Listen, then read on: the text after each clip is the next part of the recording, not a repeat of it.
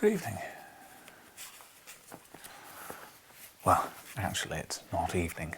It's quite early in the morning here, but the household is asleep and, well, I can't sleep, so I thought it'd be worthwhile to get through another chapter of Three Men in a Boat. On chapter 17 now. Things are certainly drawing close to the end, and I know that I've got a new book in the post, which I'm quite excited to get to. So, without further ado, Three Men in a Boat, chapter 17. Washing Day, Fish and Fishers, On the Art of Angling, A Conscious Fly Fisher, A Fishy Story.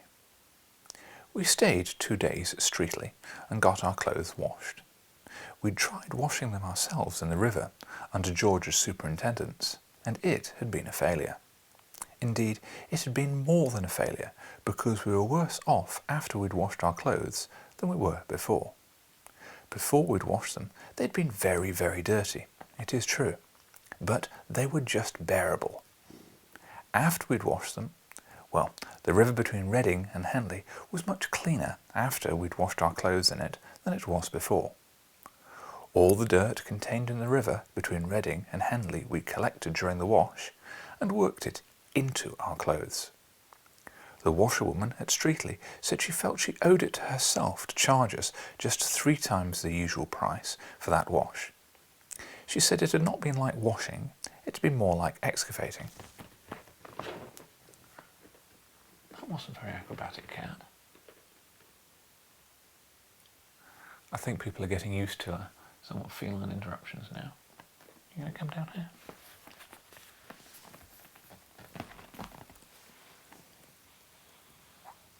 Come on.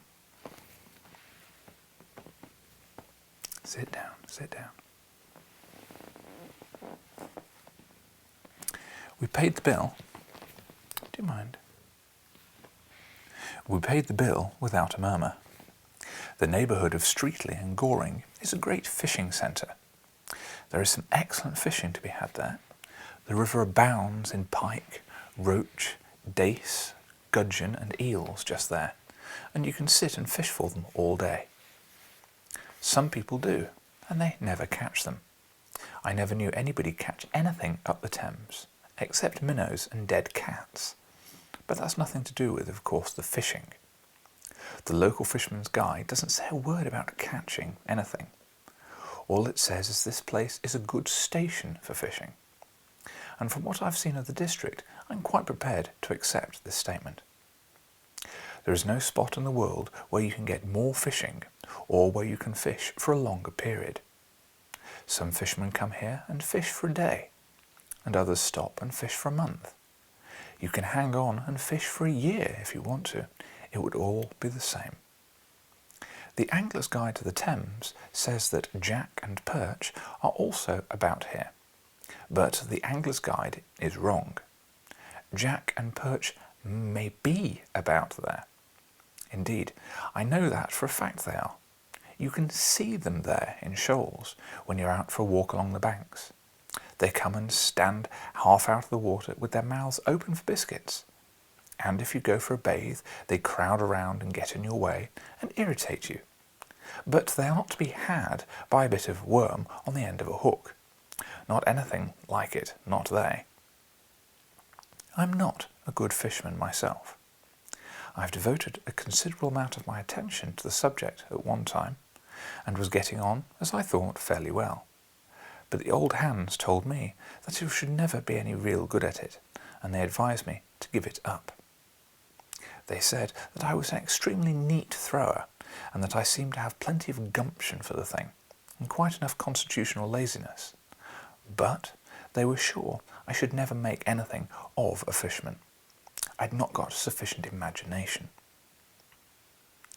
They said that as a poet, or a shilling shocker, or a reporter, or anything of the kind, I might be satisfactory.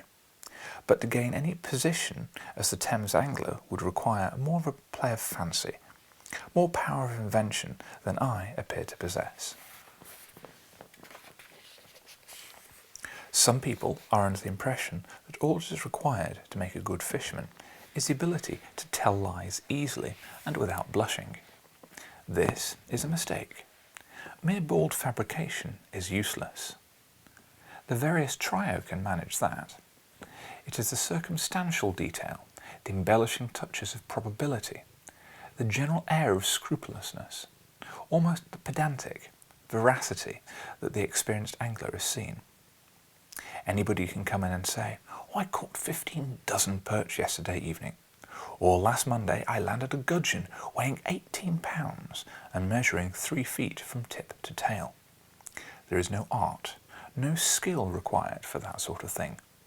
It shows pluck, but that is all. No, your accomplished angler would scorn to tell a lie that way. His method is a study in itself. He comes in quietly with his hat on, appropriates the most comfortable chair, lights his pipe, and commences to puff in silence.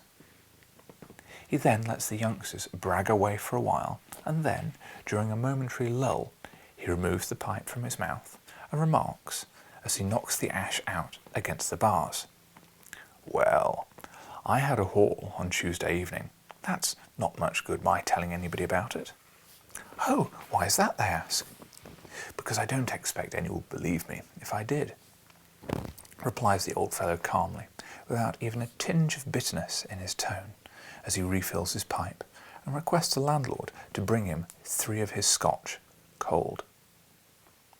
There, after a pause, and nobody feeling sufficiently sure of himself to contradict the old gentleman, he goes on without any encouragement. "No," he continues thoughtfully, "I shouldn't believe it myself if anybody told it me, but it's a fact for all that. I've been sitting there all afternoon and have caught literally nothing, except a few dozen dace or a score of jack, and I was about to give up as a bad job when suddenly I felt a rather smart pull on the line. I thought it was another little one, and I went to jerk it up. Hang me if I couldn't move the rod.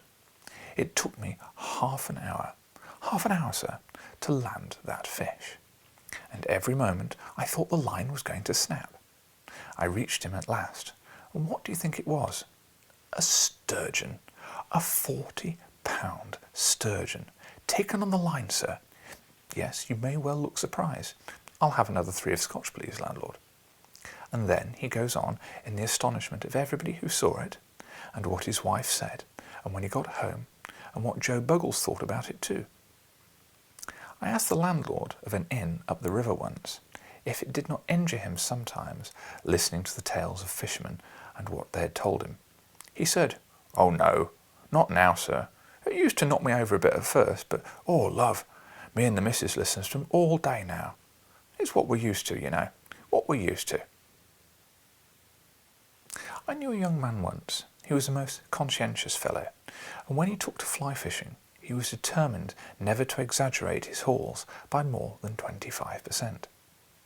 "When I caught 40 fish," he said, "then I'll tell people I caught 50, and so on. But I'll not lie any more than that, because it is sinful to lie." But the 25% plan didn't work at all well. He was never able to use it. The greatest number of fish he'd ever caught in one day was 3, and you can't add 25% to 3, at least not in fish. So he increased his percentage to 33 1/3. But that again was awkward when he'd only caught 1 or 2. To simplify matters, he made up his mind just to double the quantity.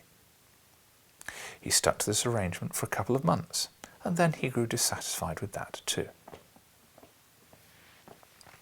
Nobody believed him when he told them that he only ever doubled, and therefore gained no credit that way whatever, while his moderation put him at a disadvantage to the other anglers.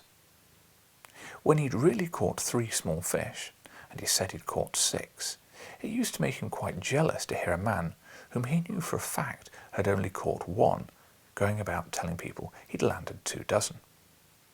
So eventually he made one final arrangement with himself that he has religiously held ever since, and that was to count each fish he caught as 10, and to assume 10 to begin with. For example, if he didn't catch any fish at all, Then he said he would have caught 10 fish. You can never catch less than 10 fish by his system. That was the foundation of it. Then, if by any chance he really did catch 1 fish, he called it 20, while 2 fish would count 30, 3, 40, and so on. It was a simple and easily worked plan, and there had been some talk lately of its being used by the angling fraternity in general. Indeed, the Committee of Thames Anglers Association did recommend its adoption 2 years ago, but some of the older members opposed it. They said they would consider the idea if the number were doubled and each fish counted as 20. If ever you have an evening spare up the river, I should advise you to drop into one of the little village inns and take a seat in the tap room. You'll be nearly sure to meet 1 or 2 old rod men sipping their toddy there, and they'll tell you enough fishy stories in half an hour to give you indigestion for a month. George and I don't know what had become of Harris. He'd gone out and had a shave early in the afternoon, and had then come back and spent a full 40 minutes in pipe-claying his shoes, and we'd not seen him since. George and I, therefore, and the dog, left to ourselves, went for a walk to Wallingford on the second evening, and coming home we called in at a little riverside inn for rest and other things. We went into the parlour and sat down. As an old fellow there, smoking a long clay pipe, we naturally began chatting. He told us that it had been a fine day today, and we told him it had been a fine day yesterday, and then we all told each other what we thought would be a fine day tomorrow. And George said the crops seemed to be coming up nicely. After that came out, somehow or other, that we were strangers in the neighbourhood, and that we were going away next morning. Then a pause ensued in the conversation, during which our eyes wandered around the room. They finally rested upon a dusty old glass case, fixed very high up above the chimney-piece, and containing a trout. It rather fascinated me, that trout. It was such a monstrous fish. In fact, at first glance I thought it was a cod. "Ah," said the old gentleman, following the direction of my gaze. "A fine fellow, isn't he?" "Quite uncommon," I murmured, and George asked the old man how much he thought it weighed. 18 pounds 6 ounces, said our friend, rising and taking down his coat. "Yes," he continued, "it was 16 year ago, come 3rd of the next month, that I landed him. I thought him just below the bridge with a minnow. They told me we're in the river. I said I'd have him, and so I did. You don't see many fish that size about here now, I'm thinking. Good night, gentlemen, good night." And then he went out and left us alone. We could not take our eyes off that fish after that. It really was a remarkably fine fish. And we're still looking at it when the local carrier, who just stopped in at the inn, came to the door of the room with a pot of beer in one hand and looked at the fish. "A good-sized trout, that," said George, turning around to him. "Ah, you may well say that, sir," replied the man.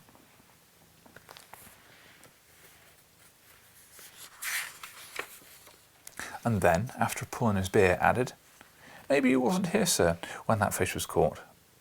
"No," we told him. "We're strangers in the neighbourhood." "Ah," said the carrier.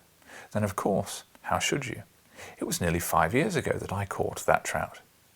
"Oh, was it you that caught it then?" I said. "Yes, sir," replied the genial old fellow. "I caught him just below the lock.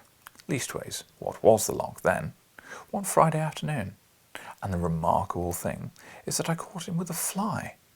I'd gone out pike fishing, bless you, never thinking of trout, and then I saw that whopper on the end of my line, and bless if he didn't set me quite aback. When you see, he weighed 26 pounds. Anyway, good night, gentlemen, good night." 5 minutes afterwards, a third man came in and described how he caught it early one morning, with bleak, and then he left. And a stolid, solemn-looking, middle-aged individual came in and sat down over by the window. None of us spoke for a while, but at length George turned to the newcomer and said, "I beg your pardon. I hope you forgive the liberty if we, perfect strangers to the neighbourhood, are taking. But my friend and myself here would be very much obliged if you could tell us how you caught that trout up there." "Why, who told you I caught that trout?" was the surprised query. "We said that nobody had told us so, but somehow or other we felt instinctively it was he who'd done it." "Well, that is a most remarkable thing, most remarkable," answered the stolid stranger, laughing, "because, as a matter of fact, you're quite right. I did catch it. But fancy your guessing it like that. Dear me, it's a most remarkable thing." And then he went on and told us how it had taken him half an hour to land it, and how it had broken his rod. He said he weighed it carefully when he reached home, and it had turned the scale at 34 pounds. He went in his turn, and when he had gone, the landlord came in. We told him the various histories we'd heard about his trout, and he was immensely amused. We all laughed heartily. "Fancy Jim Bates, Joe Muggles, and Mr. Jones, old Billy Morders telling you that they caught it." "Well, that's good," said the old honest fellow, laughing heartily. "Yes, they sort of gave it me to put up in my parlour, as if they'd caught it." And then he told us the real history of the fish. It seemed that he had caught it himself years ago, when he was quite a lad, not by any art or skill, but by the unaccountable luck that appears may await one boy when he plays wag from school, and goes out fishing on a sunny afternoon with a bit of string tied to the end of a tree. He said that bringing home that trout had saved him from a whacking, and that even his schoolmaster said it was worth a rule of 3 and practice put together. He was called out of the room at that point, and George and I again turned our gaze upon the fish. It really was an astonishing trout. The more we looked at it, the more we marvelled at it.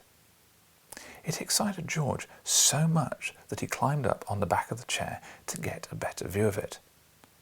And then the chair slipped, and George clutched wildly at the trout case to save himself and came down with a crash, George and the chair on top of it. "You haven't injured the fish, have you?" I cried in alarm, rushing up. "I hope not," said George, rising cautiously and looking about. But he had. The trout lay shattered into 1,000 fragments. I say 1,000, there may have only been 900. I didn't count them.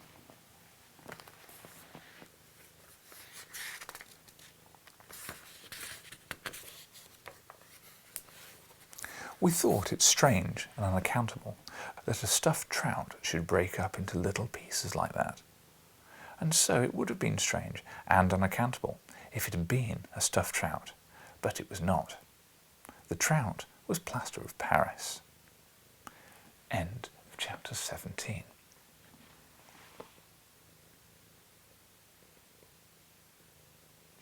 Well, I don't know about yourselves, but his lordship here seems quite ensconced, and it's still quite early in the morning here, so I think I'm going to carry on to chapter 18.